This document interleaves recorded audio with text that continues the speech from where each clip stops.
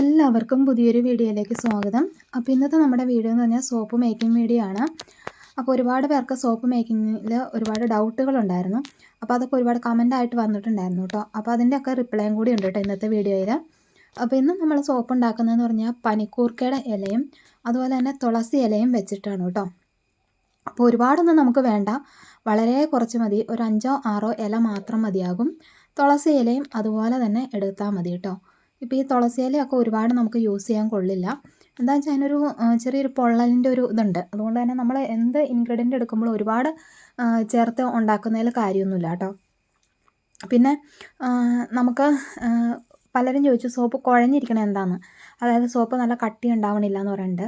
അതിൻ്റെ മെയിനായിട്ടുള്ളൊരു കാര്യം എന്ന് പറഞ്ഞാൽ ഒന്നാമത് ബേസിൻ്റെ പ്രശ്നം. നമ്മൾ വാങ്ങുന്ന ബേസ് നല്ലതല്ല എങ്കിൽ സോപ്പ് നല്ല പെർഫെക്റ്റായിട്ട് കിട്ടിയില്ല.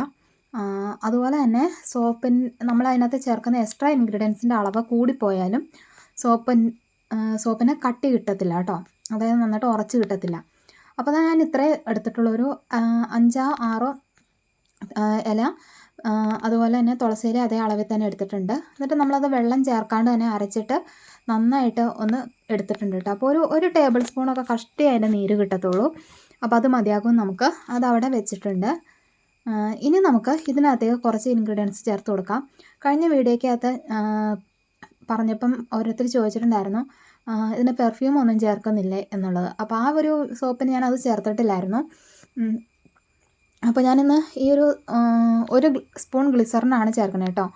അപ്പോൾ അത് ഒരു സ്പൂൺ ചേർത്ത് കൊടുത്തിട്ടുണ്ട്. പിന്നെ 1-2 വൈറ്റമിൻ ഇയുടെ ക്യാപ്സ്യൂളും കൂടി ചേർത്ത് കൊടുക്കാം കേട്ടോ. 1-2 എണ്ണത്തിൽ കൂടുതൽ വേണ്ട. പിന്നെയെന്ന് പറഞ്ഞു കഴിഞ്ഞാൽ നമ്മൾ ചേർത്ത് കൊടുക്കുന്നത് ഒന്നുകിൽ നല്ലൊരു ഫ്രാഗ്രൻസ്, അത് നമുക്കിഷ്ടമുള്ളത് വാങ്ങിക്കാനായിട്ട് കിട്ടും ഓൺലൈനായിട്ടൊക്കെ. അതപ്പോൾ ഏത് സോപ്പിൻ്റെ ആണോ ഇഷ്ടമുള്ളത് അതനുസരിച്ച് നമുക്ക് ഓൺലൈൻ വാങ്ങിക്കാനായിട്ട് കിട്ടും കേട്ടോ. അല്ലെങ്കിൽ ഇപ്പോൾ ഒരുപാട് പേര് അതൊക്കെ വീടുകളിൽ നിന്ന് തന്നെ സെയിൽ ഉണ്ട്. പിന്നെ നമുക്ക് ഇതിനകത്ത് ചേർക്കേണ്ട കളറാണ്.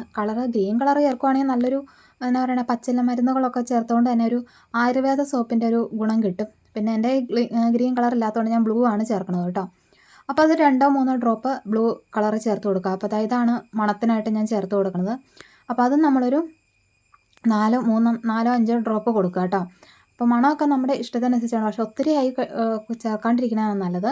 അപ്പോൾ കഴിഞ്ഞ ദിവസം വീഡിയോയുടെ കമൻറ്റിൽ ഇഷ്ടംപോലെ വന്ന ഒരു ക്വസ്റ്റ്യനാണ് ഫേസ്ബുക്കിൽ. അതുകൊണ്ടാണ് ഞാനിങ്ങനെ പറഞ്ഞത് കേട്ടോ. അപ്പോൾ നമുക്ക് ഇഷ്ടമുള്ള രീതിയിൽ ചെയ്തെടുക്കാം. മണമൊന്നും ഇല്ലാണ്ട് നമുക്ക് അതേ ഓർഗാനിക്കായിട്ട് തന്നെ കിട്ടണമെന്നുണ്ടെങ്കിൽ അങ്ങനെ ചെയ്യുക. പിന്നെ സോപ്പ് ബേസൊക്കെ കെമിക്കൽ അല്ലേന്ന് ചോദിക്കുന്നവരോട് അങ്ങനെയുള്ളൊരു സോപ്പ് ഉപയോഗിക്കാണ്ടിരിക്കുകയാണ് നല്ലത്. കാരണം സോപ്പെന്ന് പറഞ്ഞാലും കുറച്ചെങ്കിലും കെമിക്കൽ ഇല്ലാണ്ട് സോപ്പെന്ന് പറയാൻ പറ്റിയല്ല. പിന്നെ ഫുള്ളി ആയുർവേദിക്കായിട്ട് ഒരു സംഭവവും ഇല്ല. അങ്ങനെയുള്ളൊരു ചെറുപയറൊക്കെ യൂസ് ചെയ്യണമായിരിക്കും നല്ലത് കേട്ടോ. ചെറുപയറോ അങ്ങനെയുള്ള കടലമാവൊക്കെ ഉപയോഗിച്ചിട്ട് വാഷ് ചെയ്യണമായിരിക്കും നല്ലത്. സോപ്പ് ഉപയോഗിക്കുമ്പോൾ എന്തായാലും ബേസിൽ കുറച്ചൊരു കെമിക്കൽ ഇല്ലാണ്ട് സാധനം ഉണ്ടാക്കാൻ പറ്റത്തില്ലല്ലോ. അത്ര പറയാനുള്ളൂ. സോപ്പ് ബേസ് കെമിക്കൽ ഇല്ല എന്നൊക്കെ പറഞ്ഞ് കമൻറ്റ് വന്നിട്ടുണ്ടായിരുന്നു, അതുകൊണ്ട് പറഞ്ഞതാണ് കേട്ടോ. അപ്പോൾ മാക്സിമം നമ്മൾ വീട്ടിലുണ്ടാക്കുമ്പം കെമിക്കൽസ് ഒരുപാട് ഉൾപ്പെടുത്താണ്ട് നല്ലത് ചേർത്ത് ഉണ്ടാക്കാൻ ശ്രമിക്കുക, അത്രേ ഉള്ളൂ കേട്ടോ. അപ്പോൾ നമ്മുടെ വെള്ളം തിളച്ച് വന്നിട്ടുണ്ട്. ഇനി നമുക്കത് ഡബിൾ ബോയിൽ ചെയ്യാം. അപ്പോൾ 500 ഗ്രാം സോപ്പ് ബേസാണ് ഞാൻ എടുത്തേക്കണത് കേട്ടോ. അപ്പോൾ നന്നായിട്ടൊന്ന് മെൽറ്റായിട്ട് വരട്ടെ. അത് നന്നായിട്ട് മെൽറ്റായിട്ട് വന്നിട്ടുണ്ട് കേട്ടോ. അപ്പോൾ നമ്മൾ ആ മിക്സ് ചെയ്ത് വെച്ചേക്കുന്ന മിശ്രിതം ഫ്ലെയിം ഓഫാക്കിയതിന് ശേഷം ചേർത്ത് കൊടുക്കാം. ഫ്ലെയിം ഓഫാക്കിയിട്ട് ചേർത്തിട്ട് ജസ്റ്റ് പെട്ടെന്ന് തന്നെ നന്നായിട്ടൊന്ന് മിക്സ് ചെയ്തെടുക്കുക കേട്ടോ. നല്ല രീതിയിൽ തന്നെ മിക്സ് ചെയ്തെടുക്കണം. ഇനി നമുക്ക് ഈ ഒരു മോൾഡിനകത്തേക്ക് ഒഴിച്ചു കൊടുത്തിട്ട് നമുക്ക് രാത്രിയിലൊക്കെ ഉണ്ടാക്കി വെക്കുവാണെങ്കിൽ രാവിലെയൊക്കെ ആകുമ്പോഴത്തേന് അത്യാവശ്യം നന്നായിട്ട് ഉറച്ച് കിട്ടും കേട്ടോ. കുറഞ്ഞതൊരു 4 മണിക്കൂറെങ്കിലും വെക്കണം എന്നാണ്. അപ്പോൾ നമുക്കിത് സെറ്റാകാൻ വെക്കാം. സെറ്റാക്കിയിട്ട് ഞാൻ കാണിച്ചു തരാം കേട്ടോ. അപ്പോൾ കളറിൻ്റെയൊക്കെ കാര്യം എന്ന് പറഞ്ഞാൽ നമുക്ക് സാധാരണ പച്ചില മരുന്നുകളൊക്കെ അല്ലെങ്കിൽ ഒരുപാട് അരച്ച് ചേർക്കുകയാണെങ്കിൽ മാത്രമാണ് ആ ഒരു പച്ച കളറൊക്കെ കിട്ടുള്ളൂ കേട്ടോ. ഒരുപാട് അരച്ച് ചേർക്കുമ്പം ഞാനങ്ങനെ ഉപയോഗിക്കാറില്ല. കാരണം എന്താണേലും അമിതമായ അമൃതം വിഷം എന്ന് പറഞ്ഞ കണക്ക് എല്ലാം ഒരു പരിധിയൊക്കെ ഉള്ളൂ. ഉപയോഗിച്ച് കഴിഞ്ഞാൽ അതിൻ്റേതായ പ്രശ്നങ്ങളുണ്ടാവും. അപ്പോൾ ഞാനിത് വീട്ടിലെ ആവശ്യത്തിനായിട്ട് ഉണ്ടാക്കുന്ന സോപ്പാണ് കേട്ടോ. അപ്പോൾ നമുക്കിനി ഇതിൻ്റെ പതയൊക്കെ ഒന്ന് മാറ്റിയെടുക്കാം.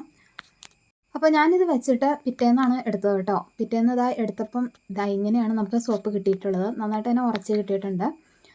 പിന്നെ ഒരു കരട് വന്നേക്കണം. ആ മോൾഡിനകത്ത് എന്തോ കരടുണ്ടായിരുന്നു കേട്ടോ. അത് നോക്കാണ്ട് ഒഴിച്ചുകൊണ്ടാണ്. അപ്പോൾ ഇന്നത്തെ വീഡിയോ ഇത്രയൊക്കെ ഉള്ളൂ.